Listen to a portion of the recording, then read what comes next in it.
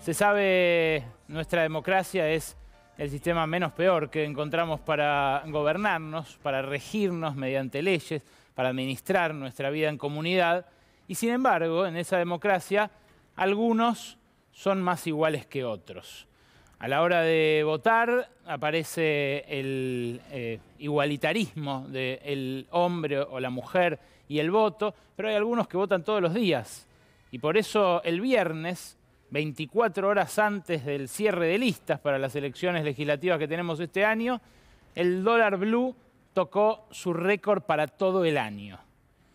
Y el dólar siempre aparece en el inicio de las campañas electorales como ese fantasma que ronda y que deambula por encima de las urnas, condicionándonos, como dice Joe Stiglitz, haciendo que en muchos casos pensemos de vuelta lo que estamos a punto de votar, porque bueno, hay un riesgo de que nuestro bolsillo se vea afectado por la decisión que tomemos colectivamente. El dólar tocó un récord de 185 pesos en ese mercado paralelo, porque en el oficial el Banco Central lo tiene controlado, clavado en 100 pesos en el minorista, pero claro, la brecha entre el oficial y este paralelo, el ilegal, que también luego fueron acompañando también los paralelos legales financieros, empieza a preocupar, y mucho. Estuve conversando con algunas de las principales espadas del equipo económico en estas últimas horas y dicen, sí, es una mala señal. Anotan los retrocesos de ayer y de hoy como un alivio, pero no descartan que vuelva la tensión y que incluso se llegue a niveles superiores a los de fines de octubre del año pasado. ¿Qué fue lo que hizo que se aplacara esa disparada del viernes? Algunos en el mercado creen que fue este parrafito de lo que dijo Cristina Fernández de Kirchner en el discurso justamente del cierre de las listas el sábado por la tarde. Escucha. Y charlando anoche con Alberto, me decía que en unos días más van a ingresar los derechos especiales de giro, los DEG, que el Fondo Monetario Internacional ha decidido, como respuesta a la pandemia en todo el mundo, entregarle dólares a cero tasa de interés prácticamente, porque es 0,05, a los países para que hagan frente a los estragos de la pandemia. Nosotros no vamos a poder destinar eso a lo que lo van a destinar el resto de los países. Son 4.354 millones de dólares los que le tocan a la Argentina, de la repartija que hace el Fondo Monetario de 650.000 millones de dólares. Y claro, lo que dijo la vicepresidenta el sábado es que no los vamos a poder usar para reactivar la economía y para sostener el empleo. Esto quiere decir que los vamos a tener que usar para pagarle deuda al propio Fondo Monetario, que reclama 2 vencimientos del megapréstamo que le dio a Macri en septiembre y en diciembre de este año. Son vencimientos que calzan casi perfecto con esa guita que viene supuestamente a ayudarnos a superar el trauma de la pandemia, pero que no estaba tan claro para qué se iban a usar hasta este fin de semana. Ahí está llegando el presidente justamente a Perú, donde va a acompañar la asunción de Pedro Castillo. A ver, miremos unos segundos. Ahí está el presidente, la primera dama Fabiola Yáñez. Recibido él por las nuevas autoridades del Perú. Mañana, recordemos, asume Pedro Castillo, presidente electo, que derrotó en el balotaje a Keiko Fujimori y que, bueno, casi no dejan asumir, porque estuvieron varias semanas disputando el resultado. Ahí llegó a bordo del Tango 01 el presidente con una delegación. Va a estar mañana allí, en Lima, y es también una señal para la geopolítica continental su presencia en esta asunción, ¿no? Decía, hasta este fin de semana no estaba claro para qué se iban a usar esos 4.354 millones de dólares. Es más, el propio bloque de senadores del Frente de Todos había votado, no sacado una declaración. Primero sacó una declaración, después votó un proyecto de declaración donde se impuso, con la mayoría que tiene el kirchnerismo allí, a la oposición que votó en contra, una declaración que decía que este dinero tenía que usarse justamente para reactivar la economía y para fomentar el empleo. No fue solamente el kirchnerismo el que expresó esto. También Santiago Cafiero, la declaración se votó el 13 de mayo, no hace tanto, hace 2 meses y piquito. Pero el 3 de junio, Santiago Cafiero, el jefe de gabinete, estuvo en el Senado, le preguntó a Jorge Tayana, senador kirchnerista, precisamente, para qué iban a destinar este dinero, y respondió lo siguiente. Con respecto a los DECs del FMI, la distribución de los DECs, primero hay que esperar que se dé. Y una vez que se dé, el presidente va a tomar la determinación allí. Lo que yo le puedo garantizar es que cualquier cosa que se determine va a ser para sostener y promover la actividad y el empleo. Esa es la determinación del presidente, esa es la determinación de nuestro espacio político y así vamos a actuar. Lo que sí no puedo dar más precisiones porque verdaderamente todavía es algo que no está, que no tenemos, pero cuando llegue vamos a actuar en esa dirección. Bueno, esto es lo que decía Santiago Cafiero hace 1 mes y 20, hace 50 días más o menos. Es lo que habían dicho también en la declaración los senadores del oficialismo, en esta declaración que votaron, que consiguieron que el Senado votara y girara a diputados. Y ahora, sorpresivamente, Cristina dijo, no podemos usar ese dinero para los fines que preveíamos. ¿Por qué digo que en el mercado muchos, de algún modo entrevieron allí un guiño al Fondo Monetario? Y bueno, porque ayer y hoy aflojó un poco la presión, aflojó también la presión sobre los paralelos financieros y en definitiva lo que saluda el mercado es que Argentina no va a entrar en cesación de pagos con el fondo. Claro, ¿cuál es la discusión en realidad? El gobierno en ningún momento barajó cortar la relación con el Fondo Monetario, meterse en una disputa política que, francamente, ningún país hasta ahora se animó a dar desde que el Fondo Monetario existe, desde la posguerra. Bueno, la discusión es cuándo se cierra el acuerdo y con qué condiciones. Lo puso Emanuel Álvarez Agis, un economista muy consultado en la City, que en su momento fue viceministro de Axel Kicillof, en su último informe. Fíjate, acá tenés la dinámica de las reservas netas del Banco Central. Y los 3 escenarios, porque acá hay una sola línea y después se abre en 3. Esos 3 escenarios, el rojo, el amarillo y el verde, son los 3 escenarios de si no se paga ninguna de las cuotas, el amarillo, y entonces las reservas quedan en esos 12.000 millones de dólares, actualmente ya están por encima de los 8.000 millones de dólares. La otra, la del medio, es pagando uno solo de los vencimientos y cerrando un acuerdo entre las PASO y las elecciones generales, o muy al toque de las elecciones generales de noviembre, como para que no se pague el vencimiento de diciembre. Y el tercero de los escenarios es con los 2 pagos. Fíjate vos un detalle. Ese escenario, el de pagar los 2 vencimientos y que caigan las reservas prácticamente en la misma medida en la que mejoran ahora con la llegada de los DECs, que es la subida esa amarilla, aún así deja al Banco Central con bastante margen para después. ¿Por qué? Y bueno, porque este subidón, el subidón previo a la línea amarilla, es el que tuvo por la suba de los commodities, sobre todo de la soja. Esto es lo que viene acumulando el Banco Central de margen en estos últimos meses, gracias a la mejora en los términos del intercambio y, en definitiva, al precio de lo que exporta el país. Ahora, ¿hace falta una devaluación después de las elecciones, como mucha gente en el mercado dice que es inexorable que ocurra? En el mismo informe de Agis, en el siguiente gráfico lo van a ver, en el mismo informe de Manuel Agis, se muestra el tipo de cambio real ajustado por el precio de las materias primas. Si el año 2001 era el nivel 100, hoy estamos en el nivel de 369. Esto quiere decir que está el tipo de cambio más alto que nunca, ajustado por las materias primas, desde el año 2008. O sea, según este gráfico, no hace falta en absoluto, ni siquiera con el atraso de este último tiempo, una devaluación después de las elecciones. ¿Por qué? Y bueno, porque el Banco Central viene frenando el dólar, pero a la vez recibe cada vez más dólares por las exportaciones. Hubo subas y bajas, pero el precio promedio de este año es muy superior al que era el precio promedio del año pasado.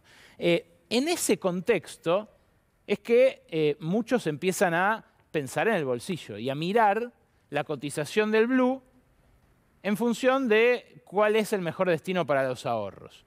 Y ahí la verdad que lo que hay que ver es el precio que tocó en octubre del año pasado, el margen que ganó el Banco Central con las reservas y el pánico que siempre ocurre en las elecciones para ver si el pánico le gana al margen que ganó el Banco Central, si este fundamento macroeconómico, que es que el dólar ya está re caro, y se nota cuando alguien, por ejemplo, viaja al exterior o cuando alguien quiere comprar un bien importado, está prohibitivo, muy caro. Es reflejo de lo bajo que están los ingresos nuestros. Ahora, el pánico puede llegar a doblegar eso. Y es lo que pasó en octubre del año pasado. Ahora, el que se subió ese pánico y compró a 195, desesperado, dijo, va a subir más. ¿Qué le terminó pasando? Bueno, acá saqué las cuentitas para que ustedes mismos saquen sus propias conclusiones. Después puede pasar cualquier cosa, de vuelta. El pánico le puede ganar al fundamento macroeconómico, pero fíjate lo que pasó en los últimos 9 meses. Alguien que en octubre de 2020 invertía 19.500 pesos y compraba $100, hoy tiene 18.100 pesos. Hoy el dólar blue está a 181. Bajó ayer a 184, hoy a 181. El que hizo un plazo fijo tradicional en ese mismo momento, hoy está pagando un 40% de tasa efectiva anual, un 34%. Algunos bancos pagan un poco más, pero yo 34% con la tasa de interés compuesta te da 40%. El que invirtió 19.500 pesos, los mismos que compraban $100 blue en octubre, lo puso en ese plazo fijo, hoy tiene casi 26 lucas. Hay otro plazo fijo que te paga UVA más 1, te paga la inflación de cada mes más un punto. Este no es ese. Si hubieras hecho el UVA más 1, ganabas más todavía en pesos. Y hay un detalle. El primero usa plata blanca para comprar un bien en negro, un dólar ilegal, que pueda tener que justificar si quiere comprar una casa y demás. El otro no, mantiene sus ahorros en blanco. Uno ve este cálculo y dice, wow, qué fuerte el peso, qué ganas de hacer un plazo fijo. No siempre funciona. Hubo etapas de la historia en donde esto pasó así y etapas de la historia donde pasó al revés. Por ejemplo, las devaluaciones, mega devaluaciones de Macri. Aún con la tasa de interés tremenda que pagaba Toto Caputo, en una mega devaluación te llevaba puesto. Acá no. Acá ganó el que apostó el plazo fijo en pesos. ¿Pero ganó realmente? Fíjate en esta siguiente placa. El que con esos 19.500 pesos se compraba asado en octubre de 2020, se podía comprar 52 kilos de asado. Estaba, según el INDEC, a 372 pesos el kilo. Ahora, en julio de 2021, el que apostó al blue, que perdió esos 1.400 pesos por la diferencia que hay entre el blue de entonces y el blue de ahora, compra 27 kilos de asado. Claro, compra menos porque perdió, pero también porque subió muchísimo el asado. El principal rubro de gasto en alimentos para una familia según el propio INDEC. Y el que hizo el plazo fijo, que ganó frente al del dólar, que ahora tiene 26 lucas, ¿compra 50 kilos de asado como el año pasado? No. Compra 38. Entonces, ninguno de los dos, ni el que hizo el plazo fijo en pesos, ni el que compró blue, le ganó al índice asado. Ustedes me dirán, es un caso extremo, sí, pero si lo hago con otros alimentos, también compro menos, aún habiéndole ganado con el plazo fijo a la inversión en dólares. ¿Cuál es el problema? La inflación. La inflación que, lamentablemente, todavía el gobierno no ha conseguido frenar y tampoco tiene visos de haber frenado en este mes de julio, que está por cerrar en torno a un 3%. Ahora, esto lo venimos mostrando. Fíjate, esto sé que ahora lo muestran también en otros canales. Lo viste primero acá en Brotes Verdes en mayo Después el mes pasado creo que también se los mostré. Este es el salario mínimo en kilos de asado. Con el kirchnerismo, antes de la crisis de 2008, el salario mínimo vital y móvil llegó a comprar casi 110 kilos. Fíjate, seguila, Pablo. Es impresionante. Después bajó, pero se estabilizó en torno a los 60 y pico de kilos, con el salario mínimo vital y móvil. Ahí al principio tenías el bajón de 2003, ¿no? El bajón de la crisis 2001-2002 y su resultado. Ahora, ¿a cuánto se desploma con la subida de los alimentos de este año? Al peor nivel de la historia, empatado con aquel fatídico 2003. Para los que están viendo Ocupas, estamos así, socialmente. Así. Y hoy lo vamos a discutir también en un debate acá con precandidatos del oficialismo, de la oposición de derecha y de la oposición de izquierda. Ahora, en este contexto de devaluación salarial, de devaluación de los ingresos, el Fondo Monetario le grita al mundo que gaste, que intente compensar los efectos de la pandemia, y a nosotros, en voz baja, nos exige que ajustemos. Se lo exige a Martín Guzmán, se lo exige a Sergio Chodos, que mantienen en absoluto secreto esas negociaciones. Apuestan ellos al segundo escenario de Agis, al escenario de no pagar todo este año y anotarse ellos la cucarda de haber cerrado con el fondo. Ahora, ¿conviene cerrar con el fondo apurados? ¿Con qué condiciones? Bueno, el propio ministro lo ha dicho. Hace falta un buen acuerdo, no un acuerdo rápido. Lo ha dicho y lo ha escrito. Ahora, el Fondo Monetario hoy sacó una actualización de su panorama mundial. Actualizó sus proyecciones de crecimiento. Dijo que la Argentina va a crecer más que lo que venía previendo hasta ahora. Fíjate, dijo que Argentina va a crecer 6,4% frente al 5,8% que había dicho la vez anterior, en abril, que iba a crecer. Y es de los que más crece del mundo. Crece por debajo del promedio regional, que va a tener un crecimiento importante según el fondo, pero crece por encima del promedio mundial. El fondo dice que la economía mundial este año se recupera 6% después del bajón del año pasado, y Argentina 6,4%, como les dije, por encima de Brasil, de Canadá, de Francia, por debajo de China, de India, de Estados Unidos y del Reino Unido, pero por encima de todos estos países, Corea, México, Rusia, España y demás. ¿Qué es lo curioso?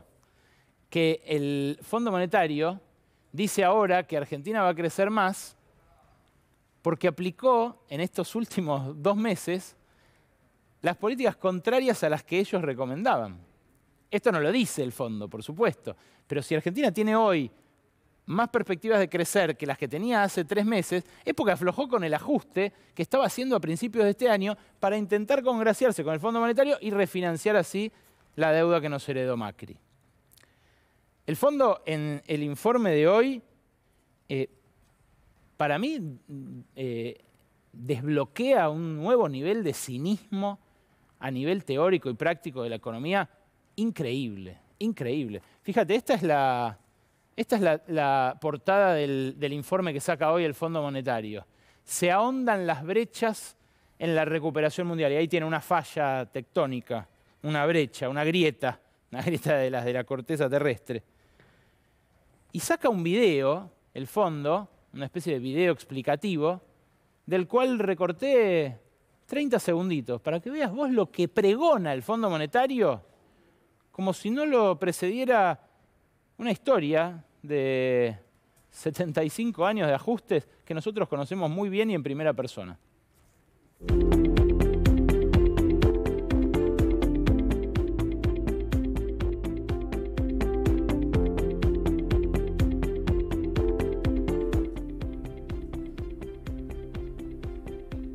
Esto es lo que dice el fondo, es un videíto institucional.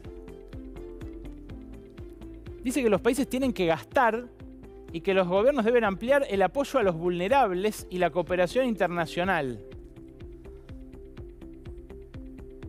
También la inversión en energía verde, y dicen tiene que continuar el respaldo durante la recuperación. Ese es el video institucional del Fondo Monetario. Repito, el fondo dice que los gobiernos gasten más y que sostengan el incremento del gasto mientras dure la recuperación, que no aflojen, como siempre solía decir el fondo, sean contracíclicos, sino que gasten, que gasten, que gasten. Eso es lo que le dice a los países ricos, a sus accionistas principales. A nosotros no. A nosotros nos dice otra cosa. Y en el informe que saca hoy, hay un grafiquito que me pareció espectacular, que también seleccionamos para que vean ustedes, donde muestra cuál va a ser la trayectoria de las economías avanzadas, de los países ricos, de las economías que ellos llaman emergentes de mercado y de los países pobres. Y fíjate, de las economías avanzadas, la proyección prepandemia era la verde que ustedes ven ahí, la que ven por encima. Y la proyección actual es la celeste, la de abajo. Claro, la proyección inicial decía que iban a crecer levemente como crecen en general los países ricos. El bajón ese que ven es el de la pandemia. Ahora, para 2022, dice el fondo, estos países ya van a haber olvidado, van a haber dejado atrás el impacto económico de la pandemia. ¿Por qué? Porque confluye la trayectoria que se esperaba al principio con la que hay ahora. A nosotros, en cambio, lo que nos vaticina es otra cosa. Dice que la trayectoria verde nos dejaba en un punto y la actual, la pospandemia, nos deja en uno más bajo. Esa diferencia es la brecha que se ahonda y que el propio fondo admite. Fíjate con los países pobres cómo pasa. Peor todavía, más separada la línea inicial, o sea, la línea prepandemia, de la línea pospandemia. Ahí se ve clarito. Para los ricos, el año que viene ya va a ser como si nunca hubiera habido pandemia. ¿Por qué? ¿Porque se están vacunando primero? Sí, en parte sí. Pero sobre todo porque pudieron desplegar los paquetes de ayuda estatal más audaces de la historia del capitalismo moderno. Esos países, las economías avanzadas, pudieron gastar, y por eso el año que viene, si te he visto no me acuerdo al impacto de la pandemia. Claro, en el medio le dio guita a quien se le cruzara Estados Unidos, le dio guita a quien se le cruzara Europa. Y a nosotros, en cambio, por ejemplo, a un guardaparques de Iguazú, que tuvo un año cerrado su parque nacional, le dieron 3 pagos de 10.000 pesos. 3 pagos que en ese momento no llegaban ni a $100 para subsistir cada uno de ellos 2 meses.